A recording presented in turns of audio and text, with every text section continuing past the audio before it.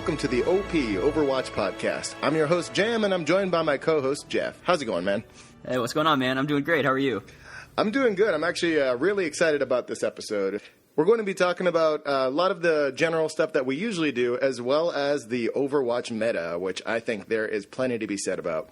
Yeah, I'm pretty excited about this episode as well. I'm actually battling losing my voice, but I'm going to try and power through this. So Yes, Jeff and I have had quite the conversation before we hit record. So now that things have calmed down, let's go ahead and get started. Yeah. So, first of all, just what's been going on with your gaming this week in Overwatch? How's it felt to you with the lull between the competitive seasons? I'm just curious to kind of get your take on it. Well, I know that we did talk about this on the last episode, basically with the competitive season being down. Now it's kind of everybody mixed into the same quick play mode.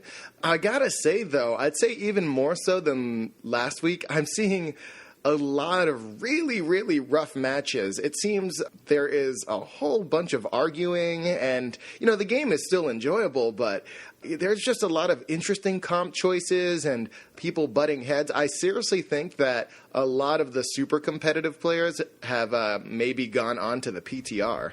Yeah. Well, I think Quick Play has been an absolute mess. I think you might be right about the PTR. I actually jumped on there and played a few games, and that was actually the best, healthiest, most competitive games I've had in a week, it felt like.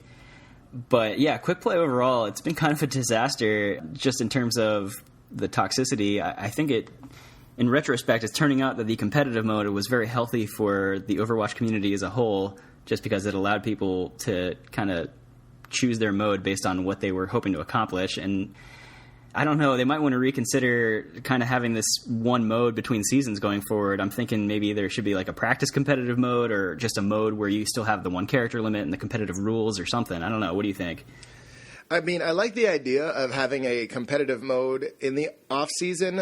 What's interesting about it is that I feel that what that is now is the PTR competitive mode, because at the time of this recording, the Season 2 changes are available on the PTR, so a lot of people are kind of jumping in and testing that out. I guess the downside to that is that even though you get to, have fun and try out these new features, it doesn't affect your in-game progress. So you're kind of, it's a flip of the coin. You're either playing in a competitive mode and trying out all these cool new features, or you're not making any progress on your rank, any of the loot boxes you get, any of the new skins and emotes that you buy just, don't carry over on to the main server. And not that that's a bad thing. It is a test server, and that's what you're signing up for when you do it. But, it's just a really weird, this quote-unquote off-season of Overwatch is really interesting. But that being said, it's pretty much where we started when the game was released. So I think what we're seeing is a whole lot of super talented players that have just gotten good over the past few months are now, at odds with each other with no way to kind of prove themselves as a team comp. Yeah, you're right. It is where we started at the beginning of launch, but I think now people have probably kind of gotten into their rhythms and had their expectations set. So it's been interesting to see it all kind of thrown back together. I don't know. You're right that the PTR may kind of substitute as the practice mode, but I know I'm personally pretty reluctant just because I'm not getting loot boxes that count, and I still don't have every skin in the game. So even though I've got most of the ones I want, why waste my time on XP that doesn't count? It's kind of my mindset on it. Maybe that's not the right way to think about it if I'm actually not enjoying the experience in Quick Play as much as I am on the PTR. I don't know. No, I think that's how a lot of people probably feel. Yeah. So anyway, another thing that we touched on last week was the backstory of Mercy, and me, being the tinfoil detective that I am, did some research, and what I found was inconclusive. But all right, well, what have you found? Let's talk about this, because we had a lot of fun over this over the past week. Basically, insinuating, at least I was insinuating, that Mercy is basically Palpatine from Star Wars, and she's that's a bit of a stretch, I think. Puppet master of all these terrible things happen. But let's go ahead and just start with what you found and kind of go from there. So there's definitely something to this backstory that I hope that they elaborate on, and I'm sure they will, because they've left a lot of clues out there. There's no smoking gun or anything like that, but there's a lot in the game in terms of voice lines and things we know about Mercy that are at least questionable, and there's a lot of them. So I'm not going to go through the whole list here, but I mean, I mentioned last week she hasn't aged when all the other founding members have. At first, I thought it was an oversight, but now thinking about it with everything else that we know, and obviously they aged Soldier and they aged Reinhardt and all these other people, so it's obviously deliberate. There's voice lines in the game that recognize that between her and Mei. There's some backstory there with Reaper, where like there's a voice line with Reaper where she says, "What happened to you?" and he says, "You tell me, Doc." And then there's another one where she says, "I never wanted this for you," and he says, "You knew exactly what you were doing." Also, in Reaper's official bio, it says, one excerpt from this is a quote, "It's possible he is the byproduct of failed genetic alteration." So I know somebody that messes around with stuff like that. So yeah, there's a lot there. I mean, you know, there's some history there with Genji. She has skins that depict her as the devil. "Heroes never die for a price" is the voice line she switches to when she ults. So there's a lot of things there that you wouldn't think of just right off the top of your head. I mean, also, you know, like Sombra referenced, quote, "heroes," as if she knows they're not heroes. And she has repeatedly told us she has more information than we do. So I'm hoping that the Sombra ARG and the storyline as it plays itself out may drop some hints about some backstory between Mercy and Reaper specifically, or just Mercy in general. But yeah, I mean, there's not a smoking gun. It's just really interesting, and it could be nothing, but I really hope there's something there just because it's more interesting. I mean, it's a more interesting story than if she's just the bland, good guy doctor healer that always takes care of people and does the right thing. Yeah, I would love to see it go in a completely... it would be too extreme to have her be an actual villain, but I do think that she does have a relatively two-dimensional backstory compared to a lot of the other characters in the game. And the fact that she is in some way tied with a lot of different characters, you know, you mentioned Genji, and then also she's a medic, but she has helped in the development of Anna's biotic rifle as well, even though she says she didn't want it used for war. The Reaper thing to me is the most interesting aspect of it, because if she supposedly did these experiments on him to make him basically the walking shadow that he is, then why is she acting like she has no recollection of it? It's really strange. I mean, you could chalk it up to just her trying to revive a member of Overwatch and failing and maybe thinking he was dead. Or maybe there's more nefarious reasons for it. At the most extreme, my theorizing has gone was maybe she's actually Sombra and she is basically the puppet master of this whole scheme. But we won't get into that because that goes into territory that is completely unrealistic. But yeah, I think she is slightly to be a character that is a little suspicious. And yeah, I think we should definitely keep an eye on her lore-wise as more information is released and the game goes on. Yeah, for sure. And there's actually a Reddit post. The guy did a really good job of kind of piecing all this together. And so we'll link that. He maybe took it a step further than I'm comfortable going in making some assumptions about like her skins. And it seems like he's really trying to prove it, whereas I don't think there's any proof out there. But we'll definitely have to keep track of that because it's interesting, and so we'll kind of lay that out if anyone wants to go and check out the Reddit post. Awesome. So another thing we wanted to do with this episode, I know Season 2 of Competitive is going to be starting up pretty shortly, and we haven't really touched on all of the exact changes that are going to be happening, so I just wanted to kind of run through some of those and get your opinion on them. So first of all, the coin flip is being removed, which has been universally hailed as a great thing by most of the community. I'm still not thrilled with the idea of a draw, but I guess it's better than a sudden death coin flip. It'll have to do for now. I don't know. What do you think about that? Is that the right call? Yeah, it's really funny. When they initially came out with the competitive mode, I think we had either on the episode or off mic discussion about draws and what we thought about them. I remember being kind of just okay with them because I know that like if you look at soccer, for example, there's situations where there could be a draw. But you had brought up the point that, you know, nobody who's competitive likes a draw. You want a clear-cut winner or loser. And I'd have to agree with you. I think that is definitely the case. But it really, I think for Blizzard, came down to a situation where, okay, do you want a draw or do you want, to basically have it chosen by random, the situation, and then have a bunch of people complain when they lose that this isn't fair, this map is more suited for defense or attack, and these characters are better here, blah, blah, blah. So I think the nice thing about the draw, even though it doesn't necessarily make your highly competitive players happy, is that you do at least gain your competitive points from them. So whereas opposed to if you lose, it's a full loss, and if you feel like you got screwed over, then that's it, too bad. But at least with a draw, both teams worked to the best of their ability, and there is still somewhat a reward, even though it's somewhat diminished. So, yeah, I mean, I think it's at least worth trying out, seeing how it goes. We might see a drop in the complaints with it. They're saying that with the new design and with their rebalancing of the competitive mode, that draws should be very rare. So that remains to be seen. We have some really, really good teams out there. When they butt heads with each other, I don't know. I mean, I think that the draws could happen more often than they expect, but I guess we'll see. Yeah, the draw system, I mean, again, I think it's about perception, even though Blizzard had tweaked all the timers on all the coin flips to where the numbers were coming into them saying it's about 50-50 for attack and defense winning, but people perceived that they were losing when the coin toss happened.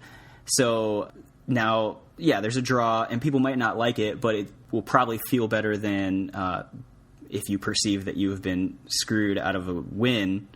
So I get that. I mean, it'll probably draw less complaints, even if it's not a system people are thrilled with. And, yeah, I don't know about like the frequency of the occurrence of draws. The most common one in my mind would be if you're on a hybrid map and neither team ever captures the payload. I believe that would get you a draw. It seems unlikely on like a payload-only map, because it sounds like the only way that happens is if neither team ever pushes the payload a foot, which is unlikely. So, yeah, I mean, more and more they're going to this time bank thing to try and kind of get rid of the draw system, and it sounds like it's not going to happen often. So that's fine. The other big change they're making is to the actual skill rating and the tier systems. So this is pretty interesting, and for the most part, I like what they're doing here. So they're increasing the skill rating field. It was 1 to 100 before, and no one was really thrilled with that. So they started it at 1 to 5,000, but they're also adding a tier system, which sounds like it's going to kind of resemble StarCraft, if anyone's familiar with that. So you're going to have like bronze, silver, gold, platinum, all the way up to like master and grandmaster. And so with the tier systems, for the most of them, if you achieve it, you'll stay in it. Even if you do terrible, if you got to be a gold player, you're still a gold player. But then on the high end, like the diamond, master, and grandmaster, you can fall out of those tiers. So I think that kind of gives both segments of the community what they want. The competitive players want there to be a penalty if you're doing poorly, but the casual players want to just be like, oh yeah, I was diamond last season, and feel pretty good about themselves. So I think it's a good way to address both segments of the community. Yeah, I really do too, and I think it was a good move. Jeff Kaplan actually said himself that one of the reasons that they moved to the 1 to 5,000 system is that they felt that 1 to 100 was pretty much, for the most part, creating a lot of strife and negativity when people would lose, a rank or two. And I know, that it happens in competitive. You win some, you lose some. But when you lost, it felt extra hard when your entire skill rating is based on a single number, 1 to 100. So I think kind of having a tier system that they do now where, for example, 2,000 to 24.99 is gold. And then once you hit 2,500 up to 2,999, it's platinum. There's going to be smaller discrepancies between your actual number that you achieve, but you're still within a tier. You're a gold player, you're a silver player. So I think that's actually a pretty cool way of grouping people together. If your numbers are slightly different, there's still at least a label over the tier that you're in, and will hopefully not deter players too much if they lose. Hey, at least I'm still, a gold. At least I'm still a platinum. And I think it's really a great way to kind of keep it a positive thing while at the same time maintaining that competitive feel of the mode.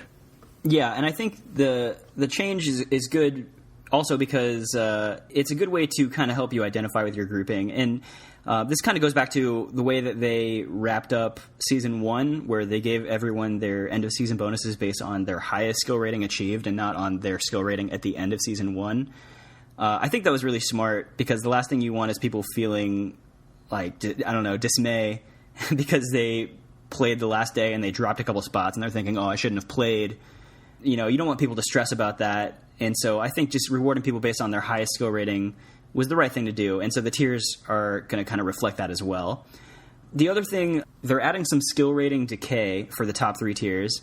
So if you're Diamond, Master, or Grandmaster, and you don't play for like a full week, you're going to start to lose skill rating.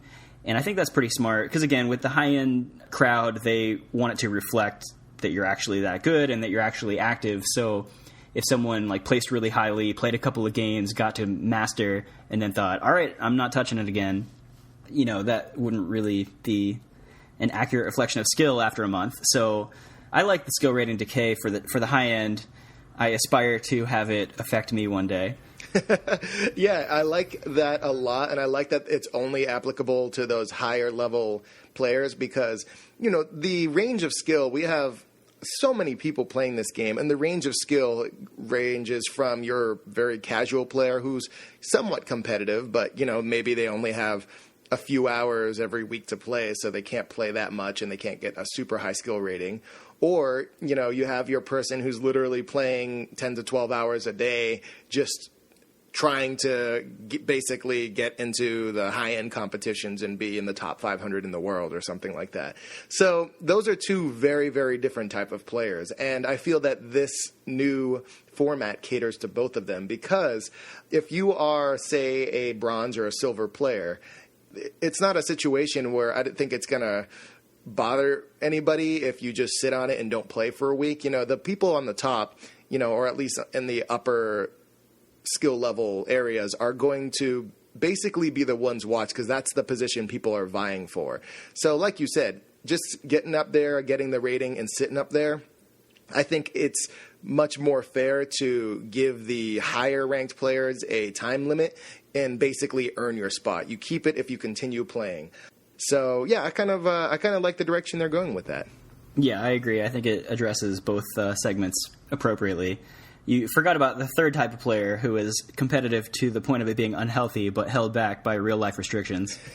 Yeah, and that may describe some people I know, but I guess life happens sometimes. So what are you gonna do? You get in, and you play as often as possible, I guess. Yeah. So there was one other change that they're adding that my first impression is that I'm a little bit concerned about it. They're adding some restrictions around players grouping up with varying skill ratings. So apparently this was a problem because people had figured out how to game the system last time where they were like creating an account and bombing their placement matches on purpose and then grouping up with a group that was really good and their one low-rated player would bring down the average skill rating so these people could get favorable matchups. So now there's going to be a range where you can only group up for competitive with people within this range. And it started at 500. I believe they've raised it to 1,000 now because of the initial concern. But even still, I mean, I get it. If people are taking advantage of the system, that's a problem. But it's also a problem if I can't group up and play with my friends and play the game mode we want to play. So, I'm a little bit concerned to just even have to worry about that or have to think about it. It could be a huge turnoff. So I don't know. What do you think? Yeah, I think there's definitely some negativity tied to that. My response to that, and it sounds a little harsh, but honestly, I think that's just kind of the nature of competitive play. It's great to play with your friends and it's a team-based game, so that's good. I think that they're allowing the window, at least trying to allow the window of difference in skill to be wide enough where people around the same skill level can play. So hopefully, your friends, if you are a really good player, your friends are good enough to kind of keep up with you in competitive play. But I don't know. Like I said, I think it's the nature of competitive play. Like let's use like a real sport, for example. If you are playing basketball and you have skills comparable to LeBron James, and then your best friend ever, who you love playing basketball with, has the skill equivalent to a middle-aged dad who's maybe not very good at basketball. Quick play, just going in, playing games, that's great, but they're not going to let the middle-aged dad into the NBA. So it really just comes down to, I think, how it's competitive mode. That's what it is. So if they're trying to group people together by ranking, I think the only fair way to do it, where you're not getting people that aren't at that level, is to group people together by skill. So I guess my advice would be, if you want to play with your friends, you better hope you're at least around the same level of your friends. Yeah, I mean, I get that. I mean, but okay, so what if somebody just likes the rule set of competitive better? They like the hero limit, they like the format, and they've got a group of people playing, and then let's just say, a 6-person gets on, and we'll just call them Jam in this situation, just a hypothetical. Okay. And Jam's skill rating is much lower than everyone else's. And so now they're faced with a choice between playing a mode that they don't want to play as much or not playing with Jam. What do you do? I mean, it's a tough call. This is obviously a hypothetical, because for someone named Jam's skill level to be way lower than everyone else sounds completely preposterous. But I'll play your game. I think what Jam has to do is just get better at the game and get within the skill level of his friends. And I'm so glad we have that recorded. And that might sound harsh, but that's just kind of how it goes with competitive. That being said, I mean, you can always still get into quick play. So I'd have more concerns with it if it was this was the only way you could play Overwatch. But yeah, I think it's just one of those crosses you have to bear with going into a competitive mode. I think it favors more, player skill than it does player groupings.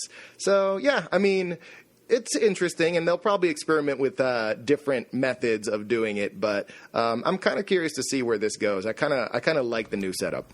Well, if that wasn't already a problem or a concern, the issue's actually been further complicated, because now they're getting reports out of the PTR that people playing support characters are getting noticeably less skill rating. So, like, what was happening is you'd get a group of 6 people who would group up for all 10 placement matches, and people kind of main their characters. And so you get someone, let's say they play Lucio for all 10 placement matches, and the whole group has the same record, obviously, if they played all 10 matches together, and then they get their placement skill rating, and Lucio can't play with his friends anymore because he's outside of the skill range, because supports are not being rewarded equally. Yeah, that's something that I think a lot of people had gripes with, and at least at this point of that we're recording this, they've actually made some balances, which I think have kind of improved on that issue.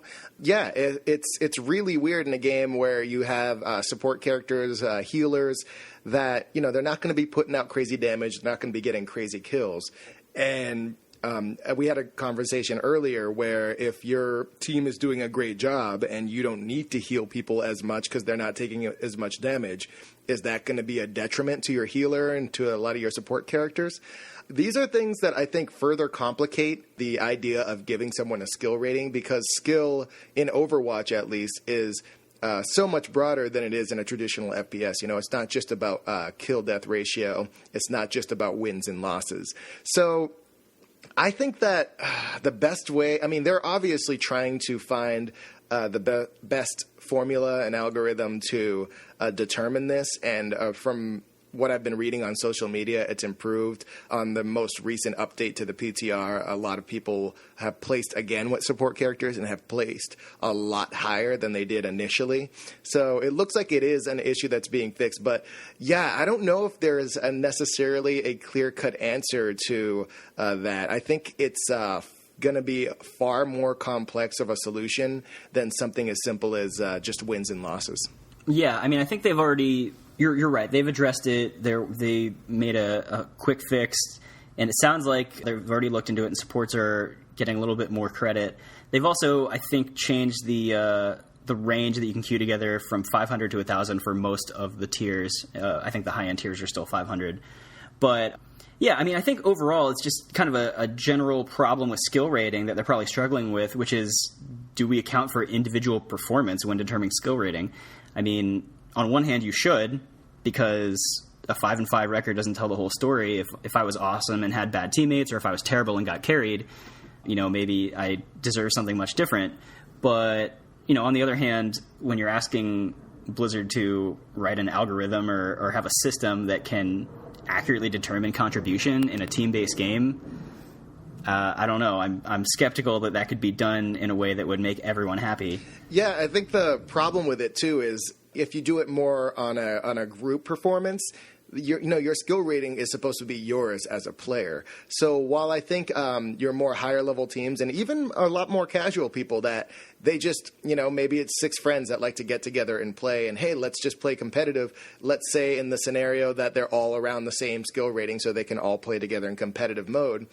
That's great, and I think that's a more accurate representation of that team's skill level. But like you said, in the situation where there's a huge discrepancy between the higher level players and the lower level players, it becomes an issue because your skill rating is your own. That's not your team skill rating. That is you as a player skill rating. So I don't know if there's a system necessarily that's perfect that can't be gamed in some way, but I really hope that they come up with some creative solution to it, because the worst thing is when, you're put on a team and you did a really good job, and then let's say it's a team of random people and you're dragged down by people that are arguing, they're toxic, they're spending more time in the chat log than they are playing, and that affects your skill rating because of, the multiple losses, even though you got all the gold medals and all the cards in the game.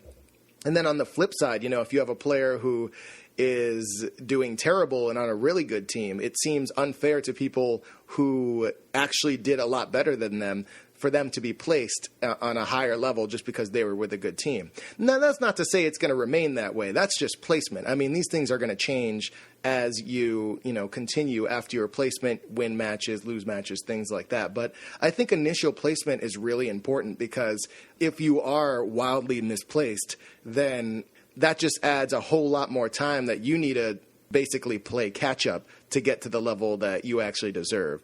So, yeah, it's interesting. I'm kind of curious to what our listeners think as well, as far as what would be a fair way to kind of determine that. But at least it's kind of creating that conversation and getting people really, really involved in the competitive mode. Yeah, I mean, it's definitely a debate. I mean, at its core, Overwatch is supposed to be a team-based shooter. So, if you start rewarding individual performance too much, I mean, you definitely don't want it to the point where you can gain skill rating with a loss because you did so awesome. So I assume that it's got to be something where it gives or takes rating based on the win or loss, and then there's a modifier based on how you played, essentially. But, putting that model into effect, it's got to be pretty difficult, if not impossible. I mean, Anna typically doesn't put out huge raw healing numbers. I mean, she can in certain situations, but Anna can have some clutch sleeps where you shut down a bunch of ultimates, and I don't see the game taking that into account with play of the game or anything like that. So I'm doubtful they have any idea whether you did that or whether or not you slept a Bastion before your team pushed, and Bastion never would have done anything anyway, and it didn't matter. So stuff like that, I just wonder about, or if you. Like, if you're tracking damage blocked by Reinhardt, and Reinhardt knows that, and he knows that he gets more credit if he blocks a bunch of damage, and he just starts sticking his shield around a corner, he doesn't need to block that damage. It's just damage blocked to give him more credit, and then he gets an extra skill rating from it. So, I don't know. I mean, I worry when they start rewarding individual contributions too much in a team-based game, because at the end of the day, it's supposed to be about doing whatever it takes to help your team. And if that means swapping from attack to support, well, people might be reluctant to do that if they get less skill rating for support. Yeah, that's actually a really good point. And I like that you bring up Anna, because I feel like she, if anything, is the best example of a character who, like you said, and we've mentioned in a previous episode, she almost, at least from our perspective, never gets play of the game. And I know for a fact, and especially in the matches that we've been playing more recently, that she is definitely a game changer, and she's usually the reason we win, whether it be because of a nano boost or a really good biotic grenade. yeah, she's not putting out the numbers and not getting the cards that are a lot easier to get with some other characters. So, yeah, it's curious. I'm wondering if they're going to maybe start get deeper into the tracking of certain individual performances that aren't as basic as damage blocked or a number, but it just really depends how complicated they can go with their algorithms and how they rate it. It's definitely something that we could talk about forever, but my hope is that we get something as balanced as possible. But yeah, it's going to take a lot of experimentation because you really don't know until you implement it. So before we recorded, I had an idea that I felt pretty comfortable with as far as an idea they could use to try and maybe address some of this, but you shot it full of holes.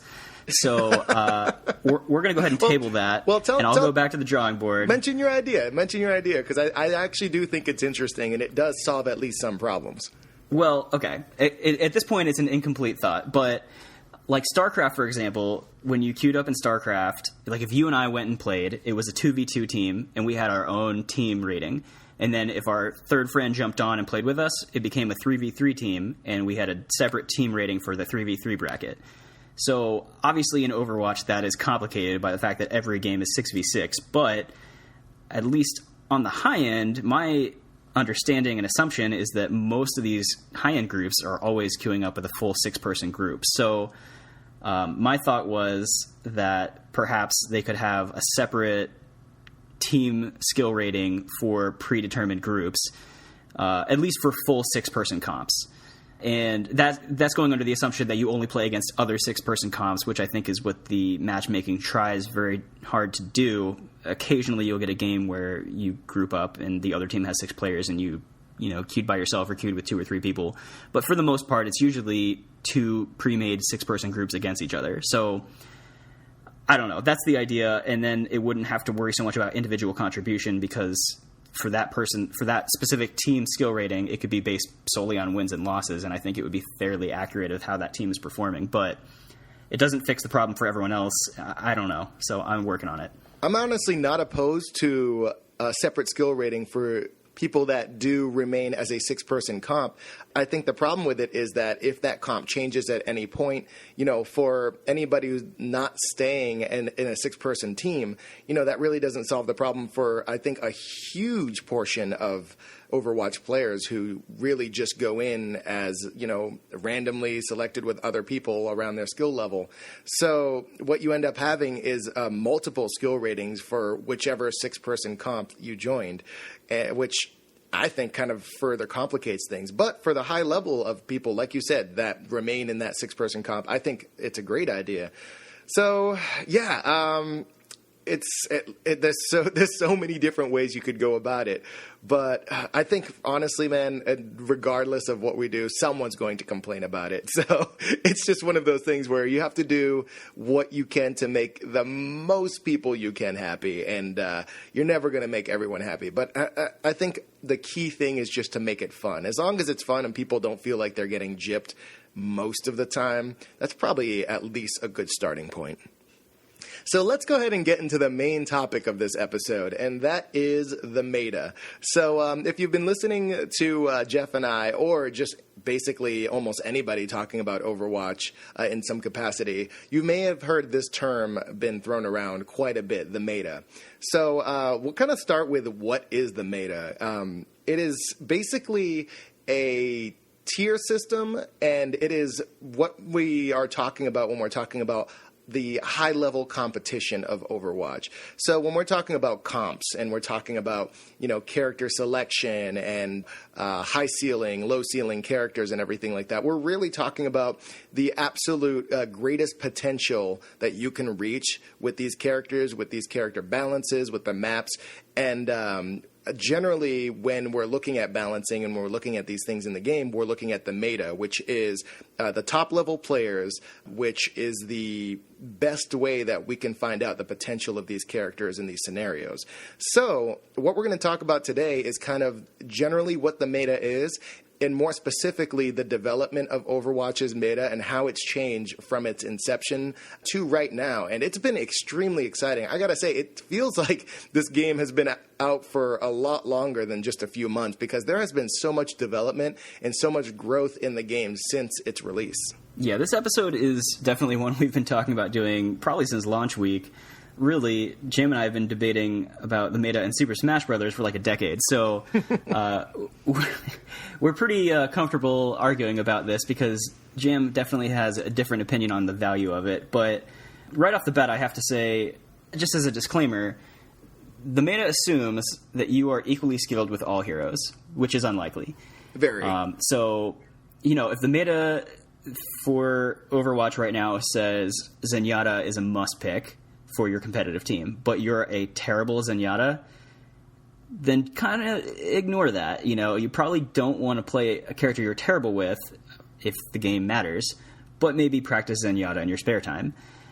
So, with that said, I guess we should talk about where certain characters are in the meta right now, because it's been pretty fluid, but some characters, like Lucio, have been considered must-picks since the game came out.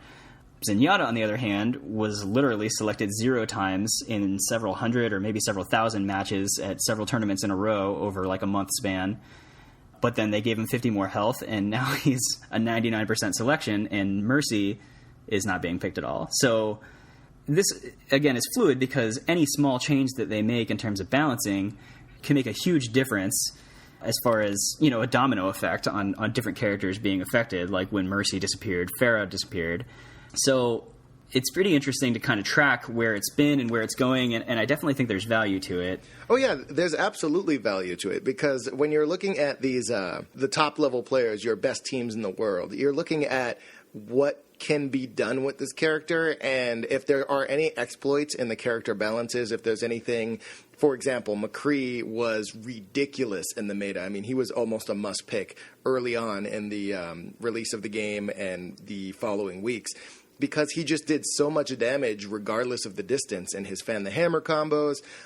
What we saw, a lot of people would say it's a nerf, and it was a nerf initially, but over the repeated balancing changes of McCree, what they did is they reduced his damage on the fan the hammer, and then it made him, a lot less picked. So then what they did is they increased the damage, long range with his regular shot, and we just saw all these changes. And this is all not only information pulled from just games in general, but from what we see in these tournaments and these high-level plays. I mean, it's really, really important to see the best of the best players to kind of determining the balancing and what's going to make a fair game. And with a game like Overwatch, with currently 22 characters who all have an extremely varying range of abilities, I think that's definitely a difficult job.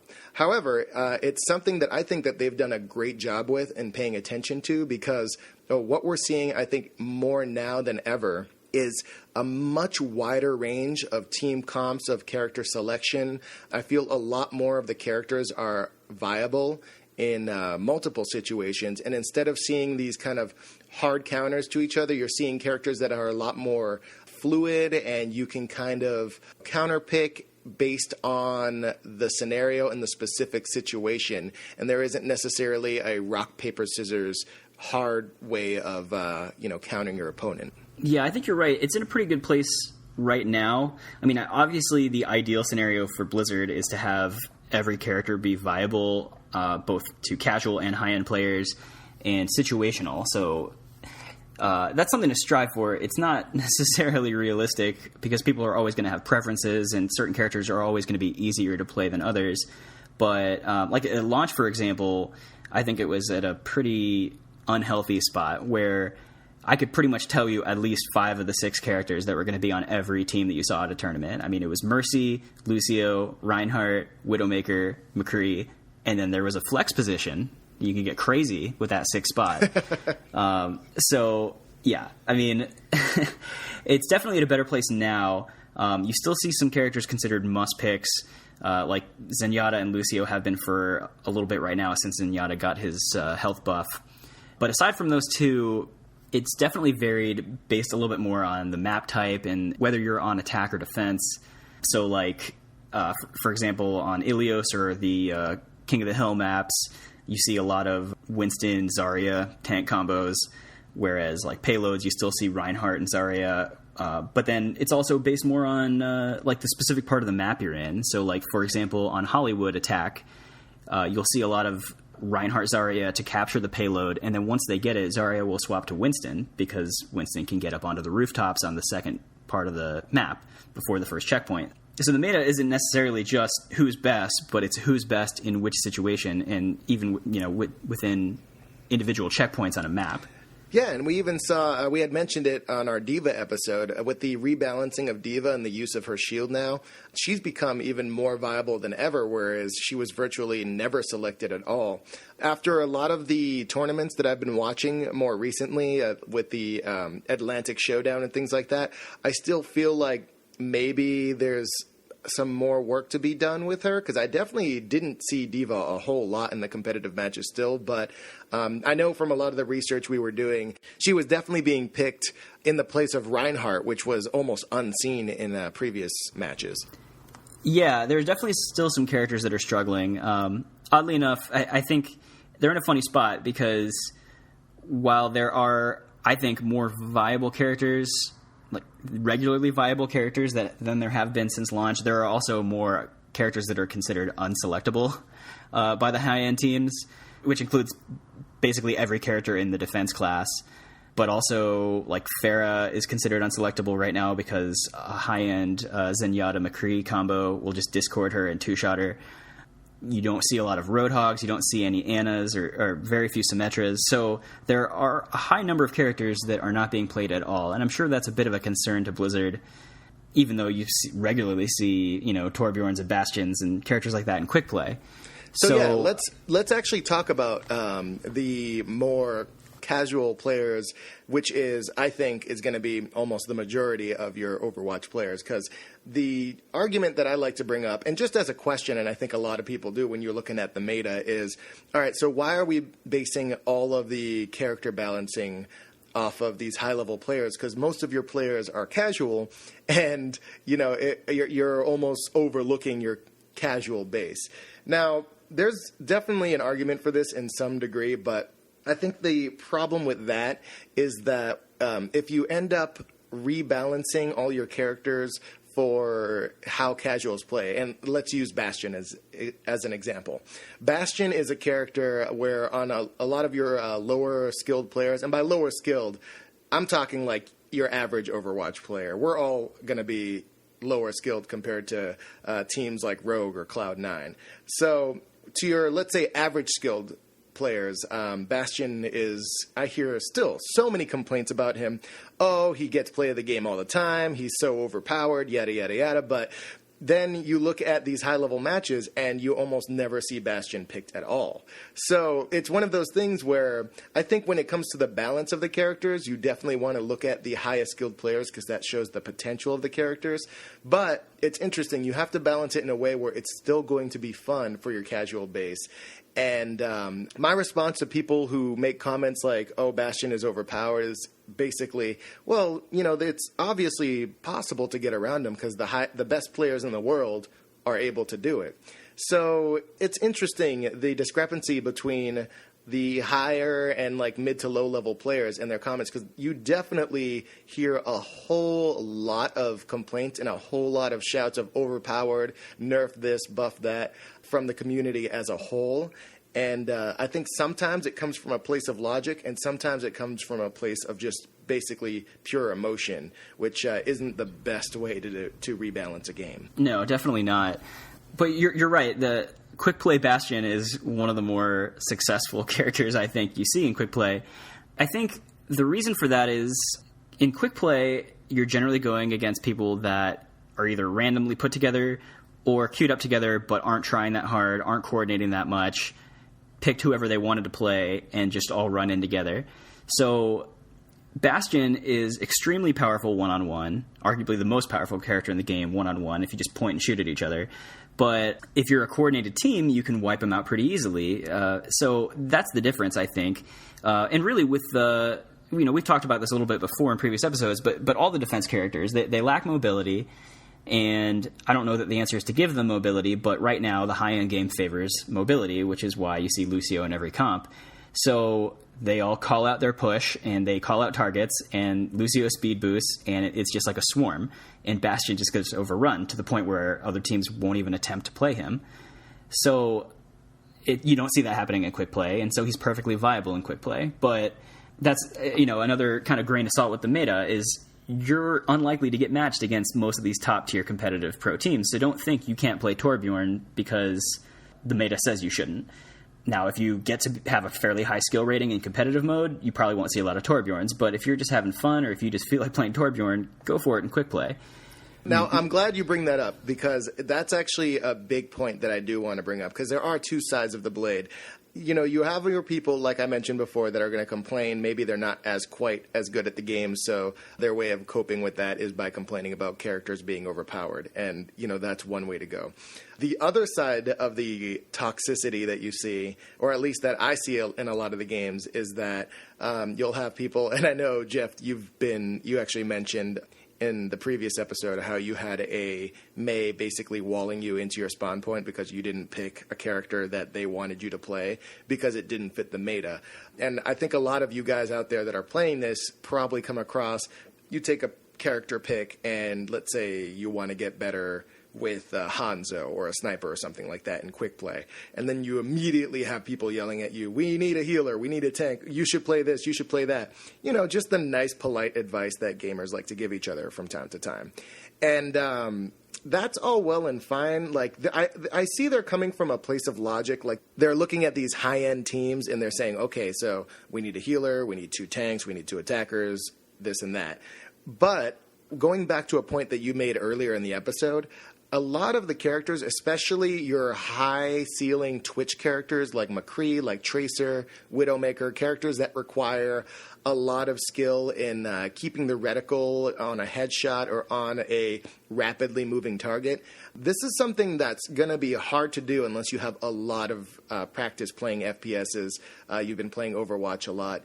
Whereas something like playing a healer or a tank, equally as important to your team comp, but the difficulty in actually is not in the aiming, it's more the management of your resources, of your cooldowns, being hyper aware of the stage, and instead of focusing on one target to kill, you're focusing on 5 other people to keep alive, or on eating as much of the damage as you can for your team, putting up shields. It's a wide range of skills. So, that being said, if somebody is screaming at you to be a McCree because McCree is what the high-level teams use, and you're not good with McCree, they're not good with McCree, or let's say no one on your team is good with McCree, well, guess what? If you pick McCree, it's going to lose you the match because we're not just looking at character selection and team comp. You have to look at individual player skill. And I think that's a part of the debate and the argument that a lot of people ignore. You actually have to be good with that character. So just picking the character and picking the right team comp isn't a surefire win. And when it doesn't go the right way, even if the quote-unquote correct team comp was picked, you'll have these people a lot of times saying, oh, my team sucked. I wish I would have been paired with a better team. And I think they're missing the whole point. There's multiple aspects to winning the game. I think it really comes to your team selection, map knowledge, individual player skill, and just a multitude of other situational things that come in a game that's 6v6, attack and defense, with varying abilities between characters. I do think you bring up an interesting point. I think that the meta, as it exists, is also kind of a crutch or an excuse for players who are maybe better than average but not professionals, but maybe think they could be or should be, and then they lose a match and they're like, oh, you guys picked a ridiculous character, we never had a chance or whatever. And I actually think maybe the spawn of this whole episode might have been me doing something similar where we lost a match on Lijiang Tower and you were playing Mei, and I said, well, guess we needed a Mercy. So I have video of that. Oh, Lord. Well, I think you're right, though, that you have to be aware this assumes high-end play on the characters you're selecting, but it also assumes high-end play on the other team as well. Like, for example, Pharah is considered unselectable right now, And I love playing Pharah right now. I'm having a ton of success with her. She's arguably my strongest character, in my opinion. But she's considered unselectable on high end because she gets an Orbit Discord put on her, and the other McCree just two-shots her. But the level of coordination and skill it takes to actually execute Pharah like that is not common in quick play. I never see it. Like, there are very few players that play the right character to the skill level that actually make me swap off of Pharah. I always have it in my mind that I'll swap if I need to because she can be hard countered, but I seldom actually find myself needing to swap off of her. Yeah, and on a related note, like, I feel that character is Mei for me. I am consistently, changing the game flow. If we're losing, I'll switch to Mei. And, I'll be walling up against enemy ult. I'll be basically pseudo-tanking with her, as we discussed in our Mei breakdown episode. She is such a flexible player as a defense character. And she's really, really good in a team comp, especially when you're playing defense. But you don't see her picked high level almost at all. In fact, it was pretty funny. I was watching the Atlantic Showdown, and apparently, from what I saw, at least 2 teams picked Mei on defense on Hanamura for point A, and then once point A was taken, they immediately switched off. However, she was extremely effective, and the announcers and everybody watching was making a big deal out of this because you almost never see Mei in high-end competitive play. So, it's one of those things where, yeah, there's definitely a potential all the characters have, and this potential is what's constantly being rebalanced by Blizzard. But like Jeff said, using it as a crutch and as an excuse for why your team lost, ultimately, it's a team-based game. You need to have synergy with the other people in your team. You need to have a comp that can work for the existing scenario. So, quoting rules, quoting team comps, and, this research, and I Googled this is how you're supposed to win Overwatch. There's so many factors in the game that I think have to be considered, and it's not as black and white as some people see it. Yeah, that's true. But at the same time, I do have to say, I think there is a lot of value in paying attention to what's going on with it. I think it's kind of foolish to ignore the trends that are going on because these are generally set by the high-end, like, pro teams who put a ton of time and effort into the game, way more than we ever could, and all they're concerned with is being the best. So if they're overwhelmingly doing something, I want to know why, and I assume that there's an advantage gained by it. So, like, if every competitive team is picking Zarya Winston on control points, there's a reason. I assume there's a reason. It's not hard to see with that one. If Zenyatta and Lucio are 99% selections as a support combo, there's a reason. So, I mean, when you see a number like that, it's not if you play a different support, you're an idiot, but okay, there's clearly a reason that's happening. These guys know what they're doing. They've put time into it. They've tested alternatives, and this is what everyone is doing on the high end. So I definitely think the meta can be useful for getting ideas and kind of understanding. And I think it's also pretty useful, like if you're someone who has the aspirations of trying to get as high as you can in competitive or trying to take the game fairly seriously, I think it's a good guide to tell you which characters are probably worth your time to practice more than others. Like McCree, for example, is selected very highly right now. Genji has been, but will probably not be when the next PTR patch comes out. But Hanzo will probably take his place. So, when you see trends where a character is being selected a lot, I think that is kind of a good indicator of, like, that character might be more worth my time if I'm looking to develop a stable of characters that I can play, like, on a high-end competitive. Yeah, that's a really good point. And that, to our earlier discussion about quick play versus competitive play, I think that's really, especially now that they've really established and people really enjoy competitive play, shows the importance of having that, because there are people that want to try these comps out, want to get, really good with these teams. However, I feel, at least for me, quick play is a great place to kind of work on those characters that you might not be as good with. For example, I've mentioned before, like, I'm not particularly the greatest sniper. So characters like Widowmaker and Hanzo, I don't excel as well with them as I do with some of the support characters or the tanks, which are my favorites. So, the problem with characters that are snipers are they're high twitch, high ceiling. You need to be really, really on point with your headshots. And when you're jumping in there and you're practicing with a character that you might not be as good with, you get a lot of people, especially as Widow. I had a few people yelling at me the other day about Widowmaker that, why don't you switch to this character? Why don't you switch to a healer? Well, I've been playing a healer the past 20 matches to win them, but sometimes you want to do matches to actually get better with a specific character. So to that point, I think that the importance of having those two modes separately and having a quick play versus a competitive play can kind of divide those players that are really trying hard and trying to establish their comp and their team's ability to cooperate and work together versus people that are going in, trying out new characters, maybe doing something wacky like, 6 Torbjorn, 6 Symmetras, you name it. There's videos out there on YouTube. And just kind of have fun with the game on a casual level because they're not as competitive. And I think it is important to provide a place for both of these types of players to really go and just have fun with the game because ultimately it's all about having fun. Yeah, I think that's probably what's been going on with the community too. I definitely treat quick play as practice at this point. But with everyone being thrown back into the same game mode between seasons, I think you're getting some people that can't turn off the competitive, and that's where you see people yelling about comps and things like that. So, it's interesting. It's relevant, I think.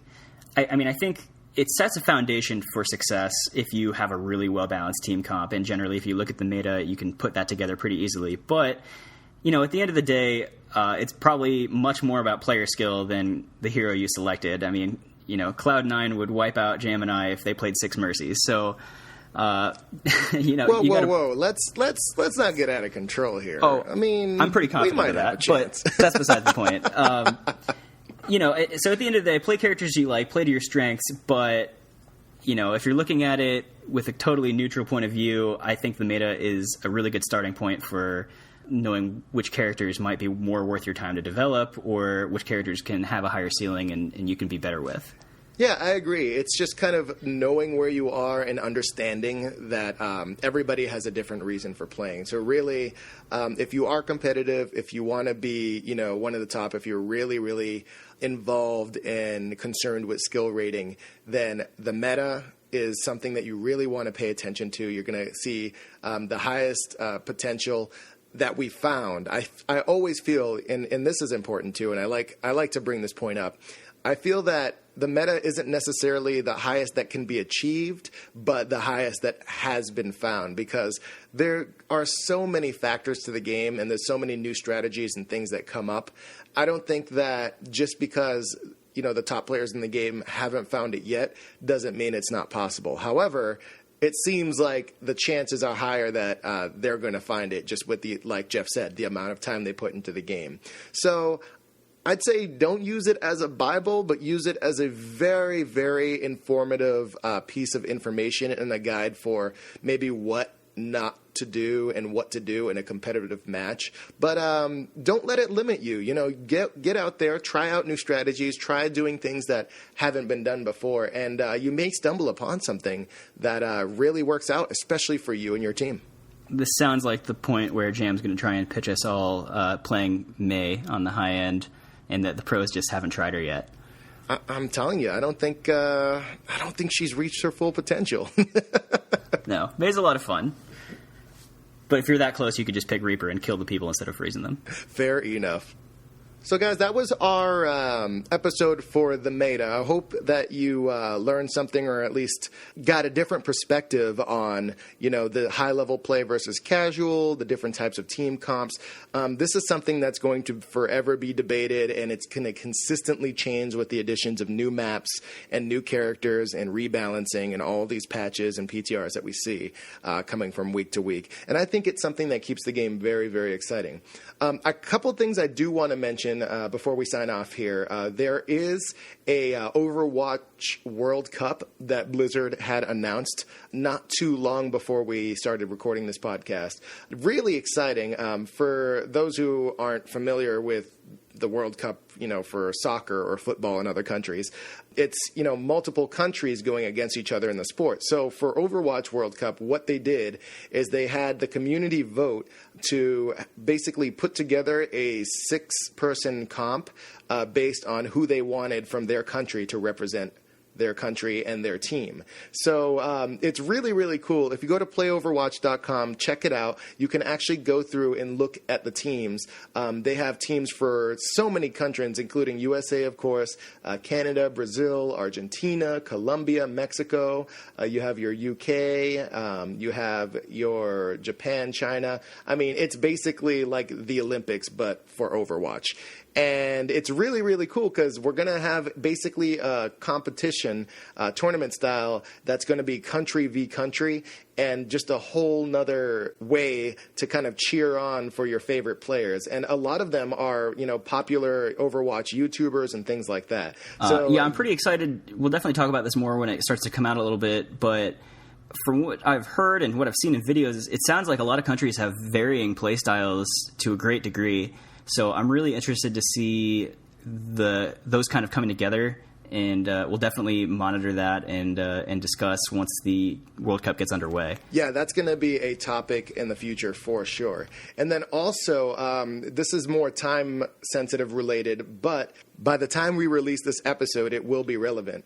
There is actually an event going on for Overwatch on console only for both PS4 and Xbox One. They are actually going to allow Overwatch to be played for free on the weekend of September 9th through 12th. So, if between September 9th and 12th, if you guys are one of our regular listeners, maybe you've been listening and you haven't gotten around to buying Overwatch yet. Maybe that's why you're downloading. You want to learn more about it. You want to get hyped about it. You've been keeping track of YouTube videos and all the news coming out. This is your chance on console to play for free. It's for PS4 and for Xbox One. And all you have to do is go to playoverwatch.com, get the details, and you'll be able to finally try out the game that you've been so hyped about. And tell your friends. Yeah, exactly. If you already are playing and you have friends that maybe haven't tried it yet, this is a great way to get them into it and to expand the Overwatch community. So definitely check that out. Guys, thank you so much for listening. Definitely check out some of our social media. We have our website, oppodcast.com, that has all of our most recent episodes of the podcast, as well as other related news. And also, please check out our Facebook page. Go to Facebook, Google the OP, Overwatch Podcast. You'll actually start to see some of our live streams up there. We've been using this fun new feature on the PC version of Overwatch where we can now directly stream in-game straight to Facebook. So Jeff and I have been having a little fun with that, popping on some of our matches there. Check out our Facebook page for that. And then also, if you have any feedback on the meta, on ideas for future episodes, things that you would like to hear, definitely check us out on social media. We are on Twitter. I am at HappyJamOP, and Jeff? I'm at TruthEaterOP. And you can see all of the links to our Facebook page, to our Twitter accounts, and to the things that we've been mentioning in the show notes in the description of the podcast. So once again, thank you all for listening. We're looking forward to talking to you next week, and we'll talk to you soon.